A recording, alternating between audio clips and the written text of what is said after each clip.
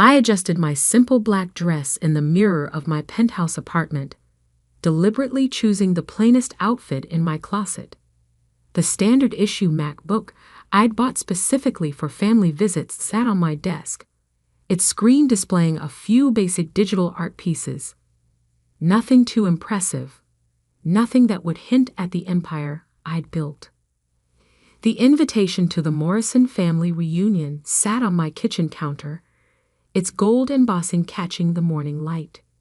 Hosted, as always, at my sister Diana's mansion in the Hamptons. Join us for a celebration of family success, the card proclaimed, making me wonder if they'd ever celebrate any of mine. My phone buzzed, a message from my CFO about our latest acquisition.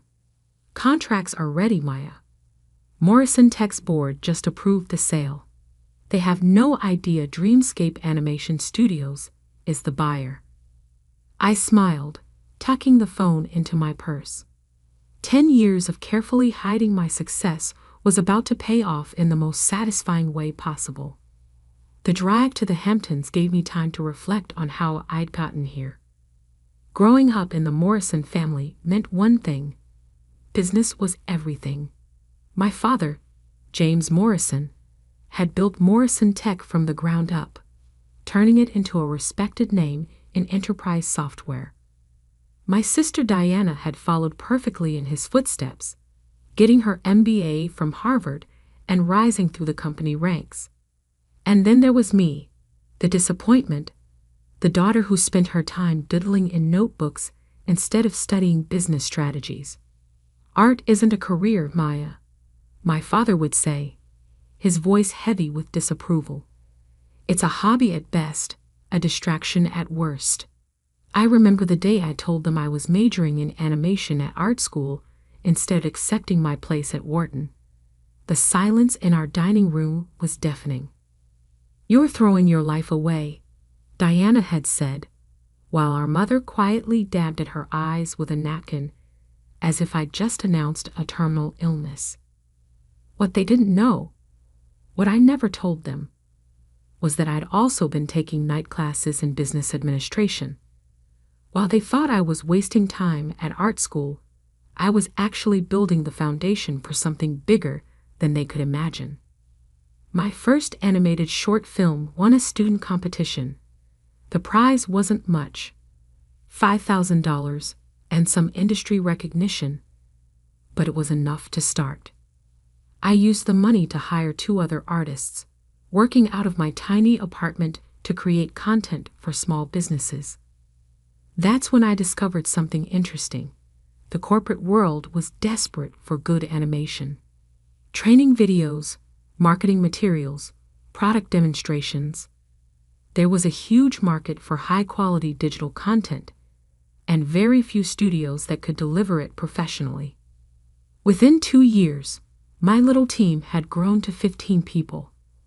We incorporated as Dreamscape Animation Studios, with me using my middle name, Phoenix, on all the paperwork. Maya Phoenix, not Maya Morrison, became the name behind what would grow into one of the most innovative animation studios in the country. The family never knew, of course. To them, I was still just Maya, the struggling artist who occasionally sold a digital piece online or did freelance work for local businesses. Every time they asked about my career, I gave them just enough information to maintain the illusion. Diana's mansion came into view, its manicured lawns and perfect landscaping exactly what you'd expect from someone who measured success in square footage. Cards lined the circular driveway, all luxury brands, all making my deliberately modest Honda Civic look even more out of place. I parked at the far end of the drive, taking a moment to check my reflection again. I'd left my designer clothes at home, worn minimal makeup, kept my hair simple. Everything about my appearance had been carefully curated to maintain the image my family had of me. The struggling artist, the family disappointment. Maya. My mother's voice carried across the driveway as I approached the house. "We were starting to wonder if you'd make it."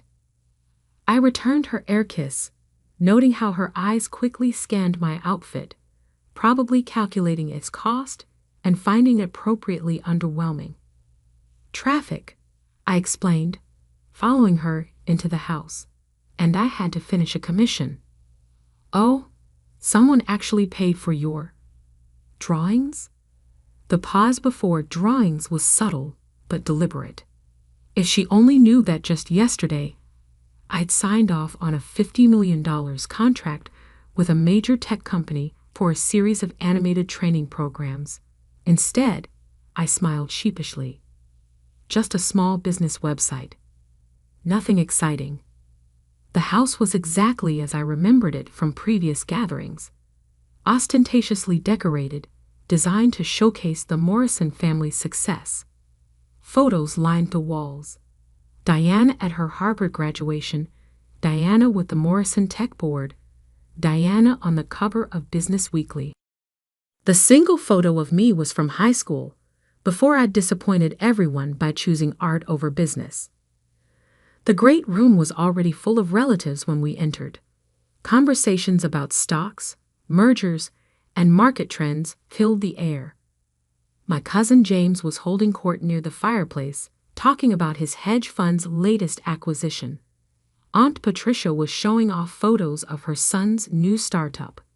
And there, in the center of it all, was Diana, perfectly coiffed in what I recognized as a $12,000 Oscar de la Renta dress. "Maya," she called out, her voice carrying that familiar note of condescension. "I'm so glad you could take time away from your art to join us." She embraced me briefly, careful not to wrinkle her dress. "You look," she paused, searching for a diplomatic word, "comfortable." "Thanks," I said, pulling at my target dress self-consciously, playing the part she expected. "Your dress is beautiful." "Oscar de la Renta," she confirmed, smoothing the fabric. "A little celebration for closing our latest acquisition. Morrison Tech just bought out our biggest competitor in the enterprise software space." I bit back a smile. If only she knew that in less than 24 hours, Morrison Tech itself would belong to my little art studio. "That's wonderful," I said. "Things must be going well." "Better than ever," she beamed. "In fact, I was just telling everyone about our next big move.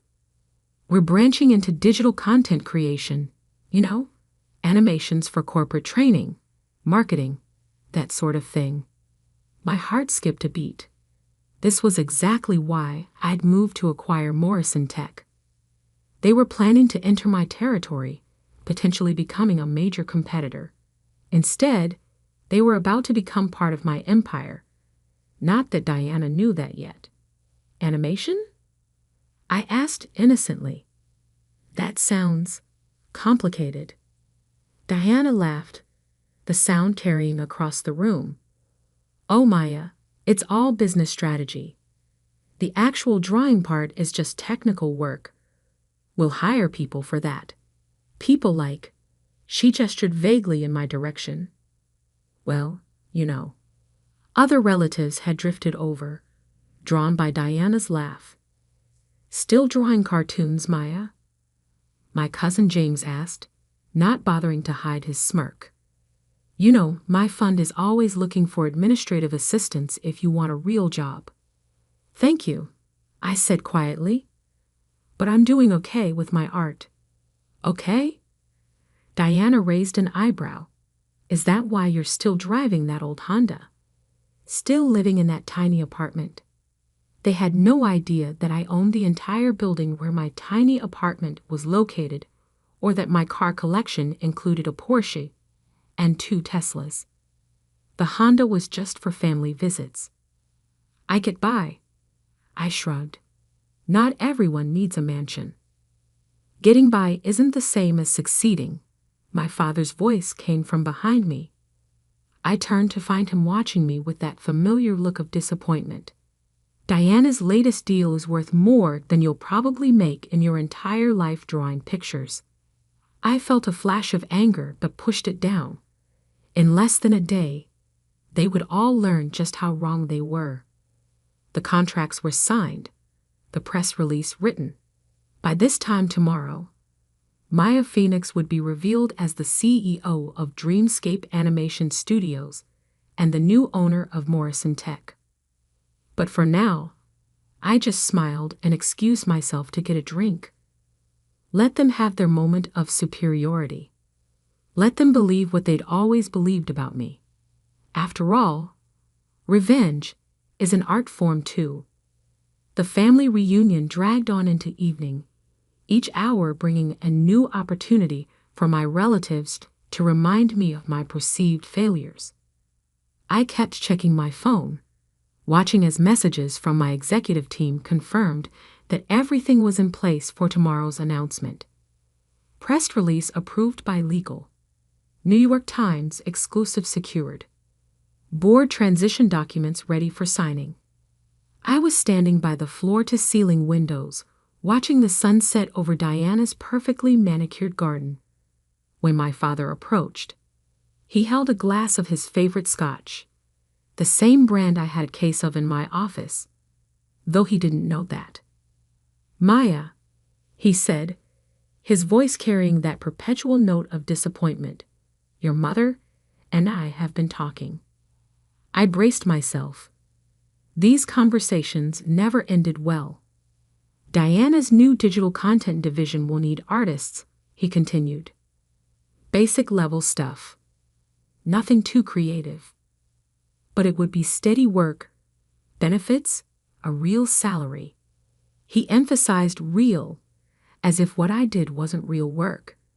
"She's willing to give you a chance, despite your limited business experience."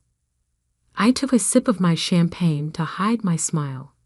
If he only knew that my company's annual revenue was nearly triple what Morrison Tech made in digital services. "Thank you, Dad, but I'm okay with my freelance work." He sighed heavily. "Maya, you're 32 years old. Don't you think it's time to stop playing around with drawings and join the real world? Look at your sister. She's made something of herself."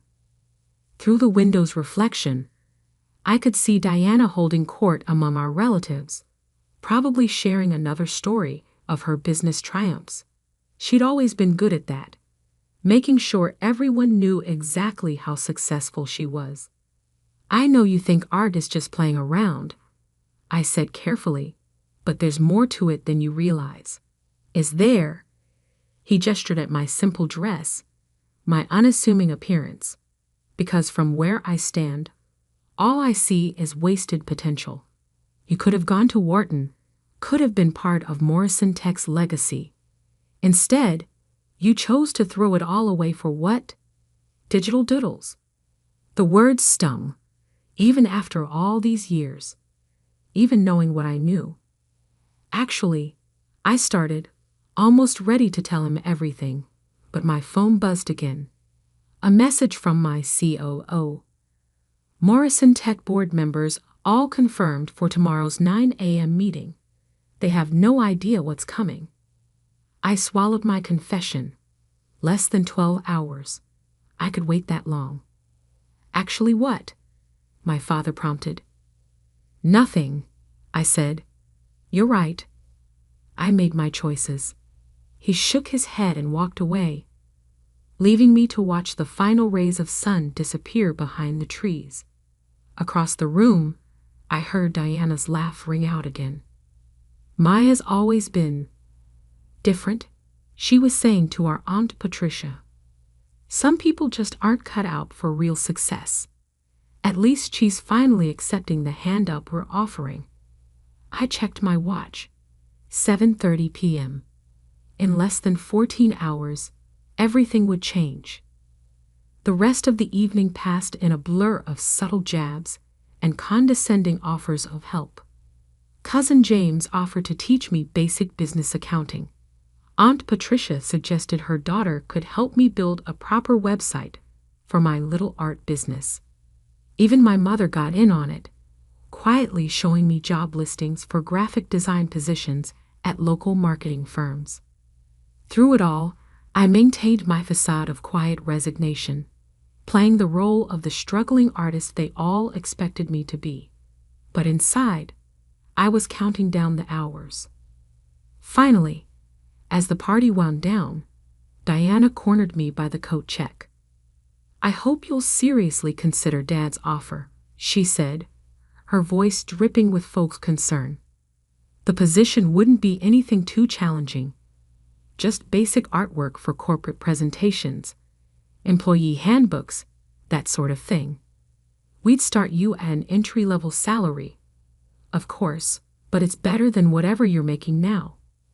I thought about my penthouse office overlooking Central Park, about the team of over 200 artists and animators who worked for me, about the groundbreaking projects we were developing that would revolutionize digital animation. "I'll think about it," I said. "Don't think too long," she advised. "Once we announce our expansion into digital content next week, we'll have plenty of qualified applicants. I'm only offering because you're family." I nodded, accepting my cope from the attendant. "Speaking of announcements, will you be at the office tomorrow?" "Of course," she said proudly. 9 a.m. sharp. We have a major meeting with our mystery buyers. Some big animation studio is interested in partnering with us. She smirked. "See what happens when you think bigger than just drawing pictures." "Good luck with the meeting," I said, turning to leave. "Maya," she called after me. "That outfit you're wearing, if you do decide to take the job, you'll need to dress more professionally. Appearance matters in the corporate world." I looked down at my intentionally modest dress, thinking of the closet full of designer clothes waiting at home. I'll keep that in mind. Driving home, I finally let myself feel the full weight of what was about to happen. 10 years of hiding my success, of letting them believe I was a failure, all leading to this moment.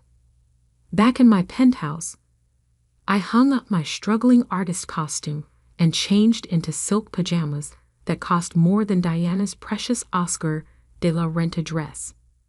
My real laptop, not the prop I took to family functions, was open on my desk, displaying the final acquisition documents for Morrison Tech. A message popped up from my assistant. "Everything's set for tomorrow. Car will pick you up at 8:30 a.m. The Morrison Tech board doesn't know you're attending the meeting." I poured myself a glass of scotch, the same brand my father had been drinking, and walked out onto my terrace. The city lights sparkled below, a canvas of electric stars. Somewhere out there, Diana was probably still basking in her imagined triumph, telling her husband about her plans to give her struggling artist sister a chance at a real career. My phone rang, the private line only my executive team had access to. It was Marcus, my COO. "Maya," he said when I answered, "just wanted to confirm you're ready for tomorrow. Once we make the announcement, everything changes. Your family? They'll finally see the truth," I finished. "All of it. Are you sure you want to do it this way? We could send someone else to the meeting. Keep your identity private a little longer." I thought about my father's disappointment, Diana's condescension, all the years of being treated as less than because I chose art over their version of success. "No," I said firmly. "I want to be there. I want to see their faces when they realize who they're really dealing with." After hanging up, I stayed on the terrace for a long time, thinking about the journey that had brought me here. Every dismissive comment, every patronizing offer of help, every family gathering where I'd had to bite my tongue, it had all led to this moment. Tomorrow, they would learn that the daughter they dismissed as a failure had built something bigger than they could imagine. Tomorrow, they would understand that success doesn't always look the way they think it should. Tomorrow, Maya, the struggling artist, would be revealed as Maya Phoenix, CEO of Dreamscape Animation Studios and the new owner of Morrison Tech. I smiled, raising my glass to the city lights. The art of deception was about to become a masterpiece of revelation. The Morrison Tech boardroom looked exactly as I remembered it from childhood visits, all mahogany and leather, old money and older pride. I stood in the private elevator, wearing a custom camel suit that cost more than 6 months of the entry-level salary Diana had condescendingly offered me. "Ready, Miss Phoenix?" Marcus asked beside me. We'd worked together since the beginning. When Dreamscape was just 3 people in my apartment, I checked my reflection in the elevator's mirrored walls. Gone was the carefully cultivated image of the struggling artist. Today, I looked every inch the CEO I truly was. "Ready?" I confirmed, just as the elevator doors opened to the executive floor. Diana was already in the boardroom, speaking animatedly to the other board members. My father sat at the head of the table, looking imperial in his custom suit. Neither of them noticed me at first, too busy discussing their plans for the future. A future they didn't realize was about to change dramatically. "The Dreamscape representatives should be here any minute," Diana was saying. "Once we finalize this partnership, Morrison Tech will dominate the digital content space." "Actually," I said, stepping into the room, "there's been a slight change of plans." The room fell silent. Diana's mouth dropped open, her professional composure cracking for the first time I could remember. "Maya?" My father stood up, confusion evident on his face. "What are you doing here?" "This is a private board meeting." I smiled, placing my briefcase on the table. "I know exactly what this meeting is. In fact, I called it." "This is ridiculous," Diana snapped, recovering her voice. "Security won't be necessary," Marcus said smoothly, stepping forward. "Miss Phoenix has every right to be here." "Phoenix?" Diana's eyes narrowed. "Her name is Morrison." "Actually," I said, opening my briefcase and beginning to distribute documents, "Maya Phoenix is my professional name. The name I used to build Dreamscape Animation Studios from the ground up. The name that's about to become very familiar to everyone in this room." The blood drained from my father's face as he looked down at the documents I placed in front of him. Acquisition papers, final sale contracts, press releases ready to go. This is impossible," he whispered. "Is it?" I took my place at the opposite end of the table. "Let me tell you a story about a girl who loved art and business equally. Who took night classes in business administration while attending art school. Who saw an opportunity in the market for high-quality corporate animation and built a company that now grosses over $100 million annually." Diana was frantically flipping through the papers, her hands shaking. You're Maya Phoenix, the CEO of Dreamscape?"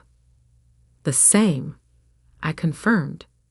"The company you've been trying to partner with, it's mine, has been since I founded it 10 years ago, right around the time you all decided I was throwing my life away." But you're just an artist," Diana stammered. "You live in a tiny apartment. You drive a Honda." I couldn't help but laugh. "I own the building where that tiny apartment is located. The Honda is just what I drive to family functions. Would you have preferred I showed up in my Porsche? Given you one more thing to assume I couldn't afford." My father was still staring at the documents, particularly the page showing Dreamscape's current market valuation. "All this time," he murmured. "All this time," I agreed. "Every family gathering where you mocked my career choice. every condescending offer of help, every comparison to Diana's real success. I was building something bigger than Morrison Tech could ever dream of being. Why? Diana demanded. Why hide it? Why let us think? Because you never would have accepted it. I cut her off. You would have tried to take control, to make it part of the Morrison Tech empire. You would have turned my vision into just another division of your company. I needed to build this my way, on my own terms. I stood up, smoothing my designer suit. And now, as of 9 a.m. this morning, Dreamscape Animation Studios is the proud owner of Morrison Tech. We'll be restructuring the company, focusing on innovation rather than tradition. Diana, your position as CEO will be eliminated, though you're welcome to interview for a role in our creative department. Father, you'll be transitioned to an advisory role until your retirement next month. The silence in the room was absolute. Even the other board members, who usually deferred to my father in everything, sat in stunned silence. You can't do this, Diana finally whispered. Actually, I can and I have. The board approved the sale last week, though they didn't know I was the buyer. The contracts are signed. The press release goes out in... I checked my watch. Approximately 10 minutes. As if on cue, my phone buzzed. The New York Times exclusive was live. Art meets tech. Dreamscape Animation Studios acquires Morrison Tech in surprise deal. CEO Maya Phoenix reveals plans for digital innovation. I turned my phone around, showing them the headline. By the way, Diana, about that entry-level position you offered me yesterday, I'll have to decline. I'm afraid I'm overqualified. The next hour was a blur of legal formalities, shell-shocked board members signing transition documents, and my father sitting in stunned silence at the head of the table that was no longer his to command. As the board members filed out, leaving just my family, Diana finally found her voice again. All these years, she said, her voice hollow, you let us believe you were struggling. You let us pity you. No, I corrected her. You chose to pity me. You chose to see what you expected to see. The failed artist, the family disappointment. You never once considered that I might be capable of more. My father stood up slowly, looking older than I'd ever seen him. Mina, save it, I said, but not unkindly. I didn't do this for revenge. I did it because it was the right business decision. Dreamscape needs Morrison Tech's infrastructure to expand, and Morrison Tech needs our innovation to survive in the modern market. I gathered my things, preparing to leave. There will be a family dinner tonight at Le Bernardin to formally announce the merger. I trust you'll both be there. They nodded mutely. Good. Oh, and Diana? I paused at the door. To dress professionally. Appearance matters in the corporate world, after all. The ride back to my office was quiet. Marcus knew me well enough to let me process everything in silence. It wasn't until we were in my penthouse office, overlooking the city, that he spoke. Feel good? I looked out at the city, thinking about the path that had led me here. It feels right, like finally finishing a painting I've been working on for 10 years. My phone was flooding with messages. Relatives who had suddenly seen the news, who were just now discovering that the struggling artist they'd dismissed was actually one of the most successful CEOs in the digital media space. Cousin James, who had offered to teach me basic accounting, had already sent 3 messages asking if we could discuss potential synergies with his hedge fund. Aunt Patricia, who'd suggested her daughter help me build a website, was calling repeatedly. Even my mother had texted, Why didn't you tell us? I left them all unanswered. They'd have their chance to talk at dinner tonight. Instead, I opened my laptop and began working on the speech I would give to Morrison Tech's employees tomorrow.